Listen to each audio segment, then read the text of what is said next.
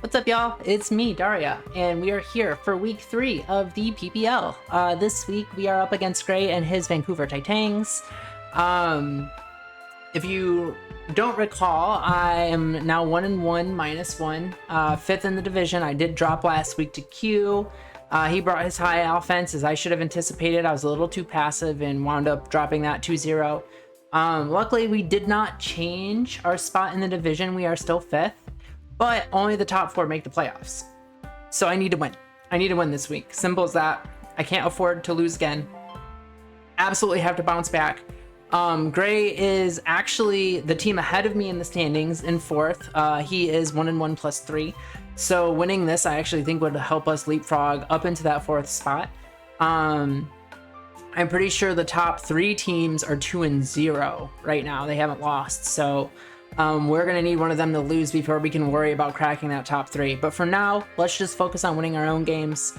Let's talk about Gray's team.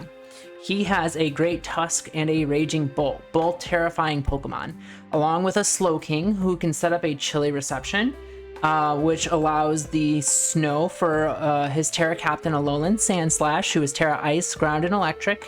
Very good into me. But not as good as his other Terra Captain, Hisuian Braviary, who is Terra, Flying, and Fairy, who I am absolutely terrified of. I think this is the biggest threat to my team, and honestly, I don't really think I have a realistic switch into it. I think my strategy to deal with this is to sack something and then try to force it out or revenge. So that's the kind of game we're planning for here. Very high offense, so I'm gonna not be nearly as passive as I was last week against Q. He also has a Rude, but I don't think that comes in as Zapdos. He has a Ceruledge, who is also good into me, but I do have a set for that. I don't think Rabombi comes, but I still need to be prepared for Sticky Webs. I also don't think Mousehold comes. I do think we see Weezing almost certainly, because that will be his defensive check for Ogerpon. But again, I have plans for that. So let's go ahead and talk about our team. The first thing that we're going to talk about is our bird mother, the High Priestess, our Zapdos. And Zapdos is going to be Choice Scarf this week. Our plan with this is to lead this. It punishes pretty much every lead that I anticipate, which would be like Great Tusk, Weezing, maybe Alolan Sandslash, and possibly Rabombi. But in pretty much every case, I do think this is going to force a switch into the Raging Bolt. At least that's what I'm hoping. This can be to switch into the Raging Bolt so that we can U-turn on that and go into our check for that, which I will get into in just a moment because I want to finish talking about the Zapdos set first. We can't really touch the Raging Bolt unless Slowking has set up Snow, and if Slowking has set up Snow, we can actually 2-hit KO after Stealth Rock Chip that Raging Bolt with Weather Ball. So I do think Scarf Zapdos is going to be really good into this team. At the very least, it'll bait Raging Bolt, which will allow for this Pokemon, our Fezandipiti, the Devil Femboid, to come in. And yeah, sorry, it's a little choppy right now. Yo, Femboid, chill. Come on, chill. Thank you. Oh my goodness. It's honestly, like, all of my recordings have been really choppy. This is like my 4th time trying to do this because everything keeps coming out choppy. I think I might have fixed it, but hopefully that doesn't affect the battle. Anyways, this set here is we're running Calm Mind with Shuckaberry. The Shucka, obviously, so we can eat like an Earthquake or a Headlong Rush from Great Tusk, or maybe an Earthquake from Alolan Sandslash. The idea is to come in against the Raging Bolt. We 1v1 this all day, and we can set up on it and either hit that thing really hard and 1v1 it, or punish a switch in. Moonblast and Dark Pulse hits everything hard. If he goes into Slowking and it's not a especially defensive one, after Stealth Rock Chip, we can actually 2-hit kill. Potentially there's some rules for Dark Pulses. If he tries to Chilly, we can potentially get a flinch with a Dark Pulse to shut that down. And we can spread Toxics with Toxic Chain. So I just think this is a very, very good Pokemon this week. I think the Devil is going to be a demon for us, and I wouldn't be surprised if we see this thing pick up a couple kills. It's one of my breaking options for this week. Our other potential switch in for the Raging Bolt is Furze, our Wheel of Fortune, Dunfan here. It looks like All of my Pokemon sprites are being a little wonky, so again, I apologize for that, but it is what it is. Our set here is Heavy Duty Boots. This is our Rapid Spinner and Stealth Rocker for this week. Earthquake and Ice Spinner hits pretty much everything hard, aside from maybe like a Weezing, who we're just going to double on or just switch into Zapdos anyways. It can't really do much to our Zapdos, and we punish with Zapdos every time Weezing's out there, so... that's that. This is our first time bringing Milotic this season. Our Justice card, Hypnotic. You're gonna notice that there's no item on this thing. That is so that we can just wall Ceruledge. Poltergeist cannot hit us if we are not holding an item. Bitterblade is doing nothing to us. In fact, the only way that Ceruledge can even touch us is if it brings Power Herb Solar Blade, and he's just not gonna bring that. He's not gonna bring it. I'm telling you right now, that's not happening. Which means we can scald things, flip turn, recover, haze. Basically, we have enough investment in this modestly to even pick up a kill or two with this. Like, these scalds are going to hit hard, and if we find ourselves in a position where a Alolan Sandslash is out against us, and we're not either in scald range, or we don't think we can like get a burn, or maybe it already got toxic from Toxic Chain or something, so Scald doesn't really look as good, we can slow flip turn into our next mon, which is Judgment. Drone, our Iron Bundle. This is our other form of breaking this week, alongside our Fezandipiti. With our booster energy, we always outspeed Alolan Sandslash and Snow. We have a substitute to shut down Thunderclap from the Raging Bolts. As long as it's not like a Hyper Voice set, we don't really get punished for that in any way. And Hydro Beam, Freeze Dry, and Ice Beam hits everything hard on his team. So this is exactly what we need for breaking power from this week. And last but certainly not least is our Magician doll, our Ogerpon. We are just going to be Life Orb this week because Terra Grass, Life Orb, Ivy Cudgels are just doing a ton to everything. They're just going to do a ton to everything. And honestly, like with the Life Orb boost, Play Rough and Zen Headbutts basically covering everything else. Like the Raging Bolt, those Rude, and the Weezing. If we get a Swords Dance up, it's kind of just GG's. So yeah, that's it. That's our team for week 3. We're bringing high offense. So hopefully this will play out well for us. I have high hopes for the Fezandipiti set. I have high hopes that Ogre could potentially sweep. Once we wear that Weezing down and force the Alolan Sandslash to Terra. Who knows, maybe the Alolan Sandslash doesn't even come in, it's just in Braviary. Honestly, that would be fine by me too, as long as it's not like an agility set. But I think even once we Terra our Ogerpon at +1, we still outspeed like an agility Braviary, unless it's like max speed, which I would be shocked to see. Anyways, getting sidetracked, I think we're all set. I think this is our best shot. This is our team that gives us our best shot to win. So good luck to Gray, and I will be back for the battle. Hey y'all, so we're back for the battle, but I do have a little bit of bad news. So my live commentary, as was foreshadowed in the team builder, was insanely choppy. It was really bad. It wasn't even good enough for me to like put out there. So even with some like heavy editing. So I'm just gonna do a post-com on this one. I do apologize. I know people like, it's whatever, you know, we're working with what we have here. It was still a good ass battle. So I'll just talk about it with y'all here. So as you see here, he decided to bring the Raging Bolt, the Weezing, the Slowking, the Alolan Sandslash, the Great Tusk, and the Ceruledge. Now, when I'm looking at this preview screen, I am like rejoicing to not see Hisuian Braviary. I was like terrified of that thing. I was fully prepared to come into this and just like exchange sacrifices to like try and just find a way to not lose to Hisuian Braviary. And just threaten it out with like Ogerpon and Iron Bundle. But thankfully we don't have to worry about that because it just didn't come. It just didn't come. So we're gonna go ahead and stick to our plan here. We want to lead Zapdos to try and bait the Raging Bolt switch in. Now the only way this backfires is if he does lead with Raging Bolt. But even then we're not in a terrible spot, depending on his set. So I just decided, you know, let's stick to the plan. Let's lead with Zapdos. I'm pretty sure he's going to either lead with Weezing or Great Tusk anyways. So let's just lock it in and see what he goes with. So battle starts. We see that he does lead with the Great Tussie. Fantastic nicknames, by the way.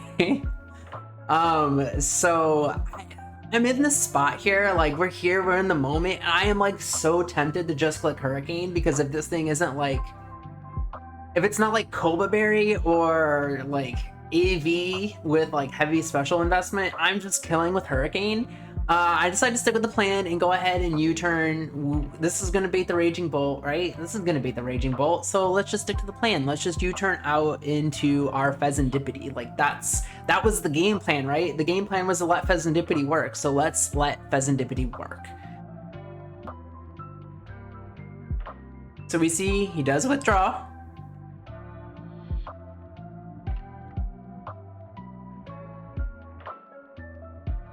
And it is Raging Roger, the Raging Bolt, that comes out. So we U-turn, and we go into our Fezandipiti. Beautiful start, exactly what we wanted. So far, everything is going according to plan.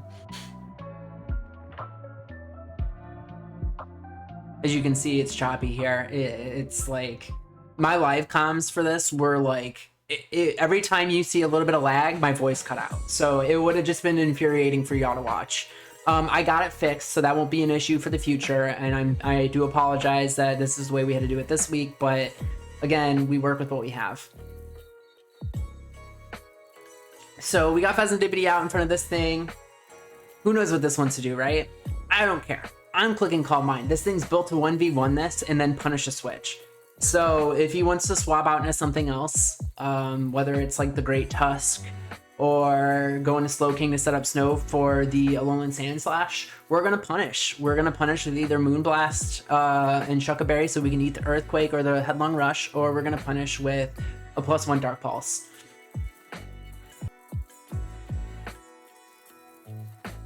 So we see he withdraws. No Volt Switch, notably. Maybe he just doesn't want to take damage. We outspeed, you know. He might be afraid of like a Play Rough.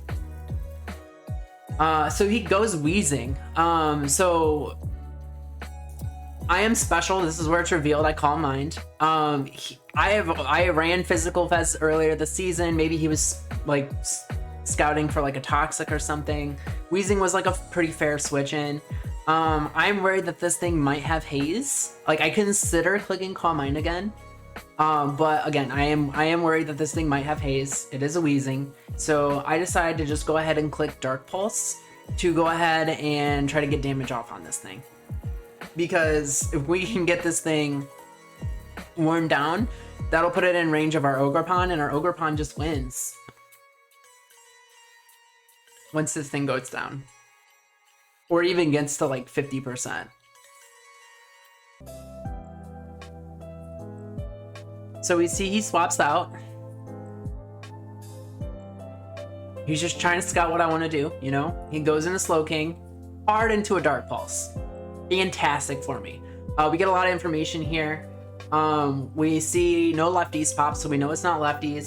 It does about 30%, so we know that this thing is specially invested. A special defense, obviously. And I decide that, like, I'm just gonna click Dark Pulse here because it's gonna do a few things. It's gonna get some guaranteed damage on this and get it under 50%, which is beautiful. And it's also going to give us a chance to either flinch to prevent the chilly reception, or maybe even get like a toxic chain pop. So we're just gonna go ahead and roll the dice. We click Dark Pulse.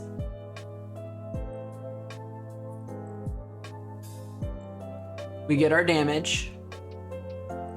And it flinches. So we are rewarded for our play here. We prevent the potential chili reception or the psychic move, whatever he would have done there, almost certainly chili into Sand Slash. Now his dilemma is like he can't leave this out, right? Because it's in range of a crit. And if he flinches again, then he's really fucked. So he has to hard out into Great Tusk on the Dark Pulse. So Great Tusk comes back out. It's gonna eat this Dark Pulse, but it eats it particularly well, a little better than I was expecting. So this tells me that this thing is either specially invested or it's Assault Vest, which means it's not a damage boosting item, which means it cannot kill me, and it's not going to outspeed me. So unless it's like especially bulky Scarf, which would be really bizarre, definitely don't expect that. So we're pretty sure this thing is AV. So we're just gonna go ahead and click Moonblast. We're gonna eat whatever attack he does to us, no problem. And it's gonna be in range of another Moonblast afterwards. Assuming this stays out, he could pivot around, but like if he went into this, like boom, he eats it, tells us that this is, as we suspected, either AV or very specially invested. We get the Toxic Chain Pop, and then he EQs. Thanks to our Shucka, we eat that up. We absolutely eat that up. Based off the damage it does through Shucka, we can tell that there's enough physical attacking investment that this pretty much has to be Assault Vest. So we just Moonblast again. Either this thing goes down or something is eating a +1 Moonblast. So either way we're fine with it, because the things that can afford to eat a +1 Moonblast don't want to eat a Dark Pulse on the following turn. So Great Tusk down. Just like that. Fezandipiti putting in amazing work. It just like took out the Great Tusk, it got a ton of damage off on the Slow King, and like it's just putting in great work for us so far. A really good start for Fezandipiti, as anticipated. So I imagine he's like, we gotta get this stupid fucking bird off the field. I've had enough of this thing. So he goes into the Alolan Sand Slash, who I cannot one-shot unless I have Heat Wave. I guess he, well, I mean, what we know is that it's going to force this thing to Terra, right? We're going to see the Terra. It's probably not Ice, because I don't think he'd bring this in if it was Terra Ice into a potential Heat Wave. I expect it's Terra Electric, so it can break through the Milotic anyways. So what I decide to do here, we have the switch in for this thing. Fezandipiti still has a lot of value.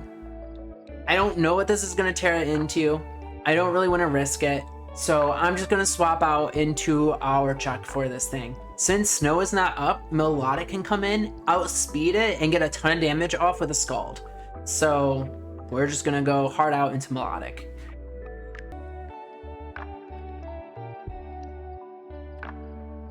So he stays in. Like, of course he stays in. We go into our Milotic here. First time Milotic has hit the field this season. Very exciting moment. Until we see the Terra. He goes ahead and reveals that it is in fact Terra Electric, Alolan Sand Slash.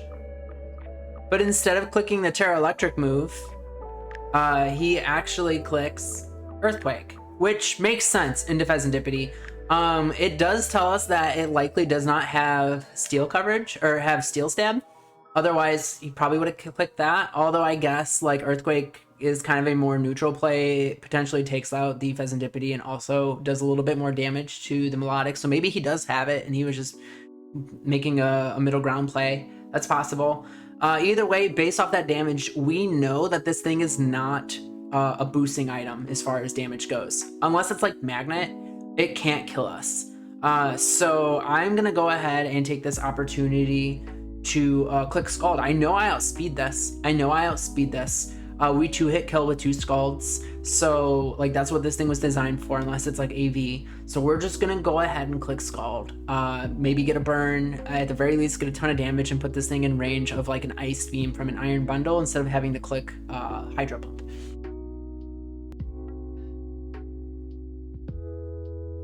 So he actually swaps out here, recognizing, you know, he's outsped by this, maybe doesn't want to risk a potential burn or take damage.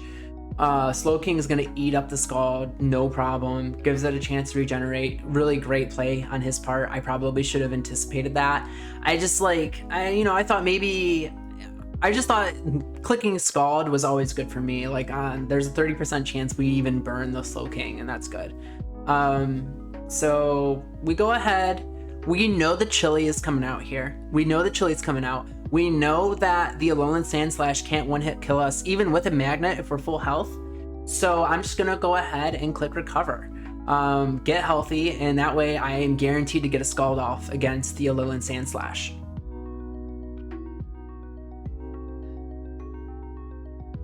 He does Chili.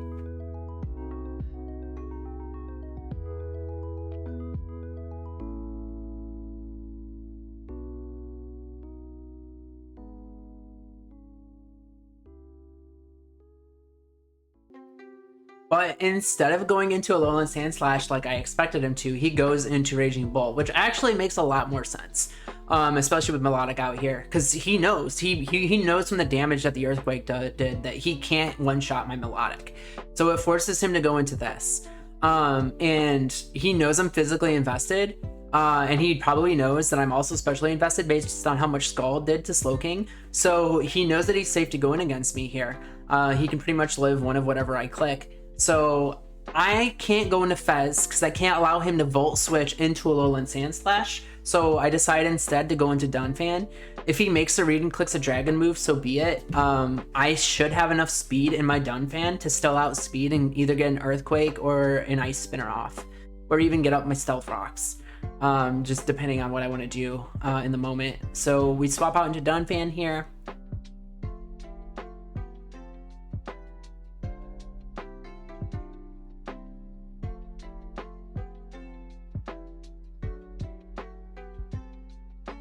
And this is where he reveals that this is a Calm Mind Raging Bolt. So he actually clicks Calm Mind on that turn.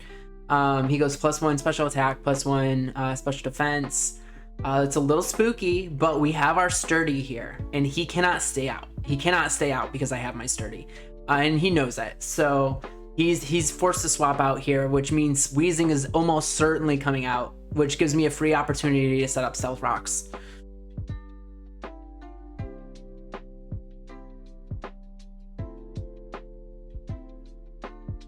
There's the Weezing. We get up our Stealth Rocks.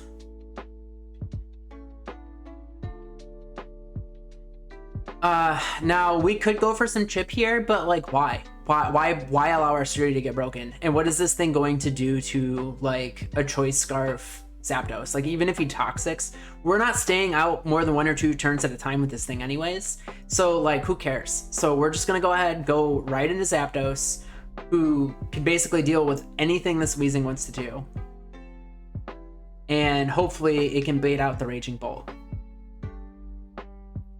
He reveals Gunk Shot, which actually does a pretty good amount of damage to us. Thankfully he doesn't get the poison. And now I'm like in a spot where I'm like, fuck, you know, how many snow turns are left? What's the item on the Slow King? Like, is it Icy Rock? Is there 1 turn of snow left, or are there 5 turns of snow left? Like, there's really no way for me to know at this point. So I'm like having this internal dilemma about whether or not clicking Weather Ball is the right play, or if I just U-turn back into Fezandipiti. But, you know, snow is out. Like, I brought Weather Ball specifically for this situation. So like, if I'm going to use the tech that I brought, now is the time to do it. So I just go ahead and click Weather Ball.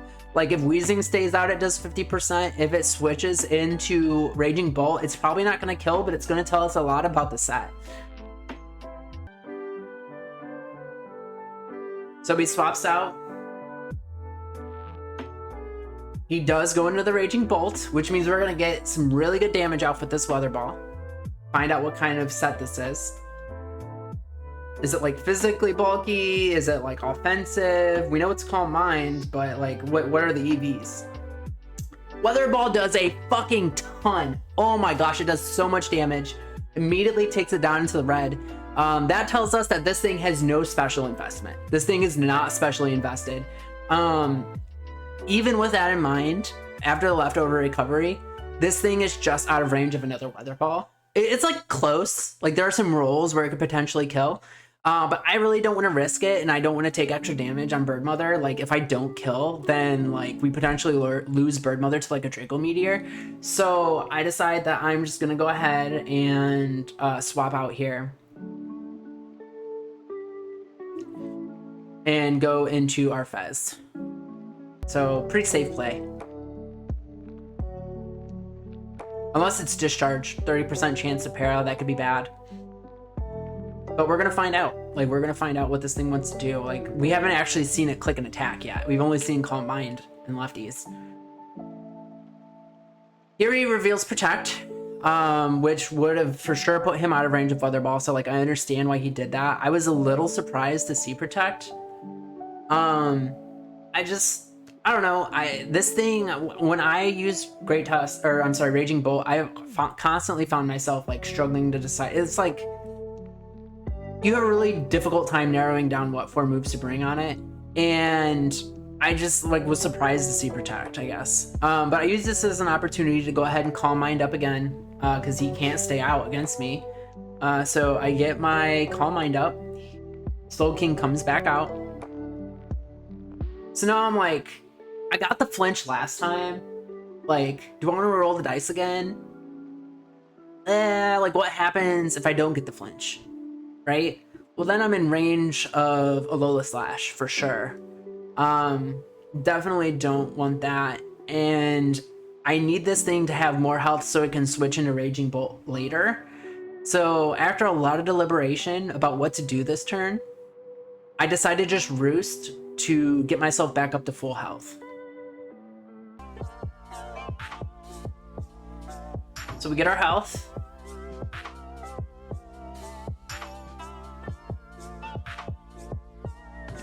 We see Chili come out. Of course it did.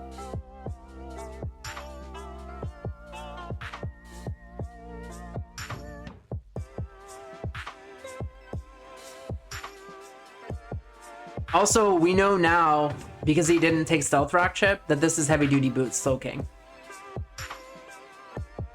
But he Chili's out. He goes into the Alolan Sandslash, who again cannot kill us with anything.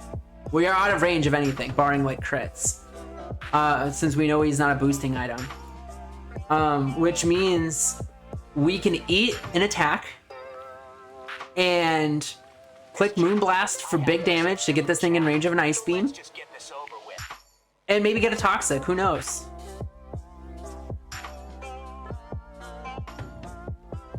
He clicks Swords Dance, almost certainly anticipating me to switch out into Milotic, which, like, that makes sense, but I know that you can't kill me, and I know I need to get you in range of an Ice Beam so I don't have to click Hydro Pump, because my booster energy lets me outspeed you in Snow anyways.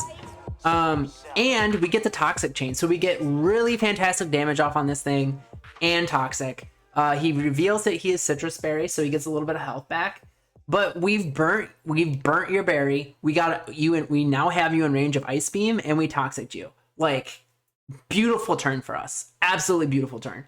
Now I decide at this point, like, well, at +2, you for sure kill me with pretty much anything you click. So you're either gonna click Earthquake or you're going to click Triple Axle. Neither of those are going to kill, or Ice Spinner. Neither of those are going to kill my Milotic. So I'm just gonna go into Milotic here.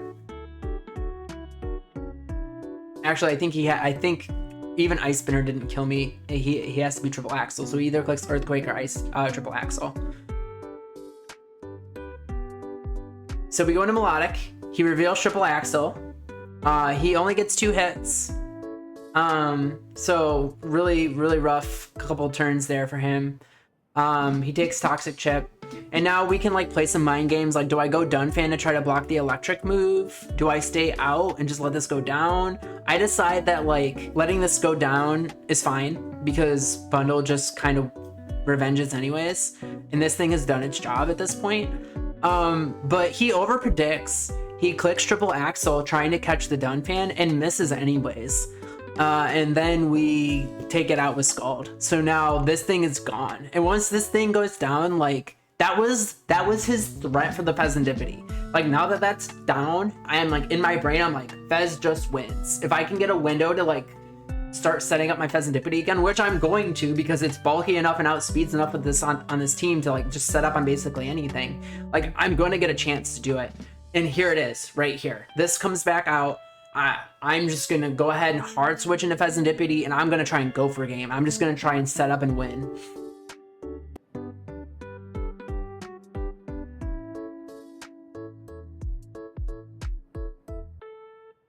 So I get into my Fez.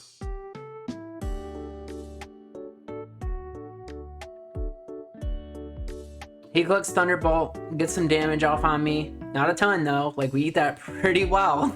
We eat that pretty fucking well. He heals up a little bit with his lefties. I'm not afraid of this thing at all. I'm just like, all right, well, I'm gonna try and win now. Like, your ways of taking this thing out are gone now. So I'm just gonna Calm Mind.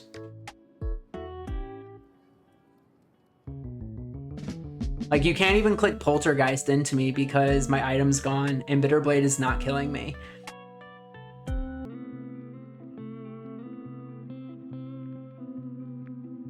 So he swaps out, which, you know, whatever, that's fine. I wasn't exactly sure what his plan was to deal with this. He goes into Slowking. That makes sense.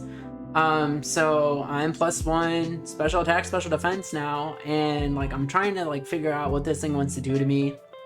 I know it's specially defensive, so even if you pack Psyshock, like I can still like out heal that with Roost, based on my investment. So I'm just clicking Calm Mind again, right? And if you're not Psyshock and you're just like Psychic or Future Sight, I can like heal up enough, or I can Calm Mind enough to make sure that like that's not bothering me either. So I am legitimately going for game right now. Like, that is in my brain, I'm like, I am just going to try and win with Fezandipiti. Like, I am salivating. I want that Fezandipiti sweep so bad. I want that Fezandipiti sweep. So I click Calm Mind again.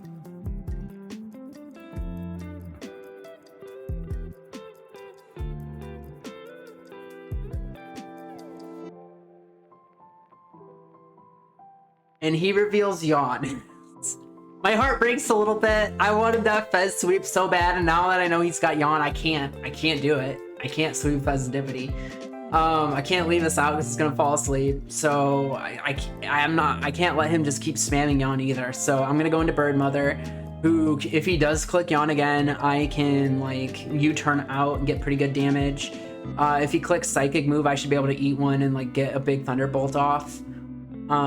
He does click Psychic Noise.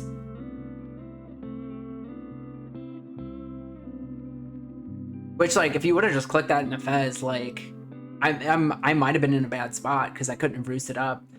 But instead, he leaves us out. Now, I do debate clicking U-turn here, anticipating like a hard switch into Raging Bolt. But with Stealth Rocks up, I'm pretty sure I 2-hit anyways, so I just go ahead and click Thunderbolt.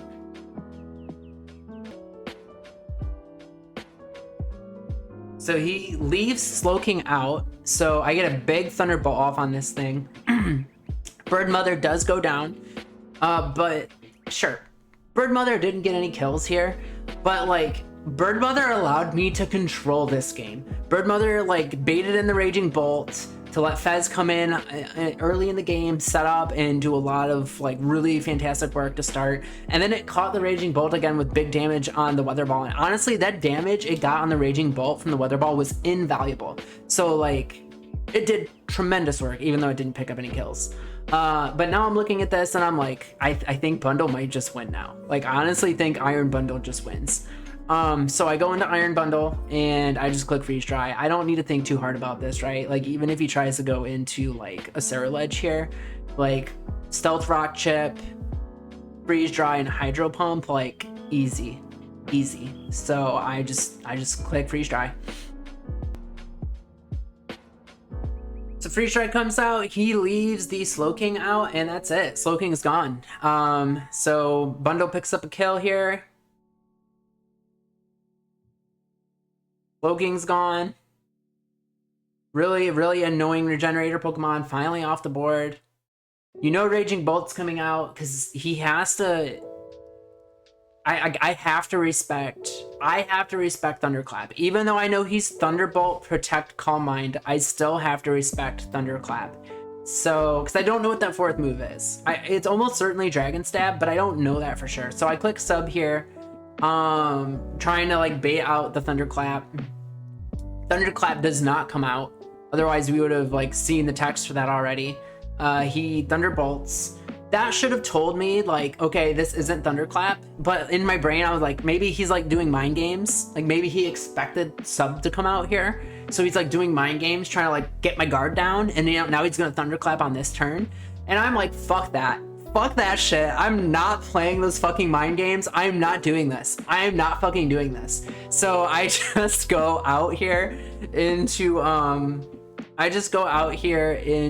Fezandipiti, who like can eat a Thunderbolt comfortably. And if he does Thunderclap here, then it just fails. So like Fezandipiti is just like the safe play.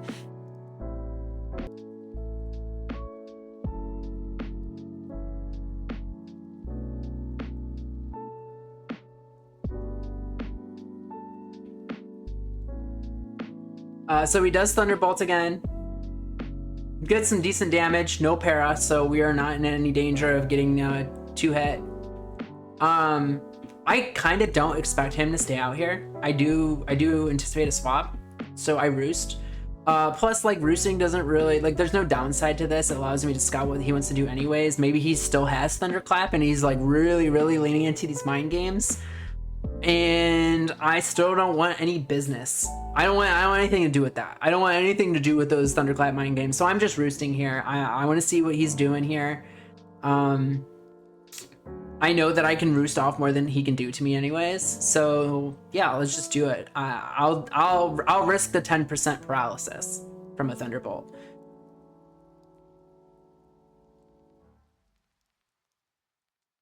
He just Thunderbolts again.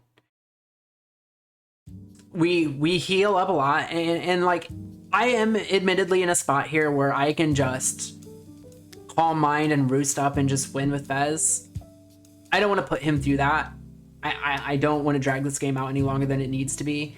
There's already been some bad RNG that he's had to sit through. I don't want to piss him off. So I just go ahead, click Moonblast, get rid of this thing. It forces out the Sarah Ledge, because Wheezing, unless it has haze, it's just setup fodder for me. So he has to go into Sarah Ledge here. I am in range of a Bitter Blade, depending on the item. So I just go hard into Milotic here, who can eat anything fine as long as it's not Power Herb Solar Blade.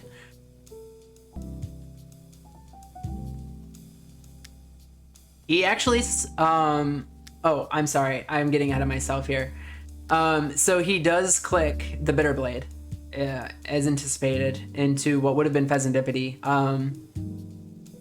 We eat that up. It does nothing. It does nothing to us. He knows that I'm Scald. He likely knows my special attack investment too at this point. I, again, think about recovering, but like 3 Scalds just wins at this point. So like, why not just click Scald? If he has Power Herb Solar Blade, we see it here, we die, and then we go into Bundle and win. So let's just click the button and see what happens. Unless like RNG just goes horribly wrong, I basically have this game in the bag. So like I'm willing to give up that like Power Herb Solar Blade kill if you have it, but he doesn't have it. He switches out into Wheezing. After Stealth Rock, this is a clean 2-hit kill with Scald. He's not Black Sludge. So we just click Scald again. This thing goes down. He can't switch into Sarah Ledge. Milotic now has 2 kills in this game, and we know that it's not Bitter Blade because it would have clicked it. Or I'm sorry, we know it's not Solar Blade Power Herb because he would have clicked it already. So Milotic is going to click Scald and pick up her 3rd kill of the match. So that means Milotic and Fezandipiti were responsible for 5 of the 6 kills in this battle. Did not see that coming into this battle. I thought that there would be a big game from Fezandipiti. I did not anticipate 3 kills from Milotic. We do get to show off the Heat Clicks Poltergeist there. We do get to show off that we're no items. So a little bit of a cheeky finish. And a very clean 5-0 victory for us here in week 3. Exactly what we needed to bounce back after week 2. It was very, very good for my confidence, and it felt really good to get that kind of support from Fezandipiti and Milotic, because I was feeling really down on those Pokemon, like when I was prepping and after losing the Q. So I don't know. This was just really, really good for my confidence in my team here. So we're gonna keep rolling with them. I do want to give you all a heads up. I did make a change. I changed Colossal's Terra Grass to Terra Ghost. So that is something that will be active moving forward. That is the only change that I made. I did not make any free agency trades or anything like that. I do want to say good game to Gray. Again, I am sorry that you had the bad RNG that you had. I know that would have been very frustrating. I would have been very frustrated if it were me. And if I see you in playoffs, hopefully you don't get hexed out. So yeah, I will see y'all for week 4, and thanks for hanging out. Also, again, I apologize for the post-com from the choppy feed. I got that sorted out. Shouldn't be an issue in the future, and I'll catch y'all for week 4. Bye!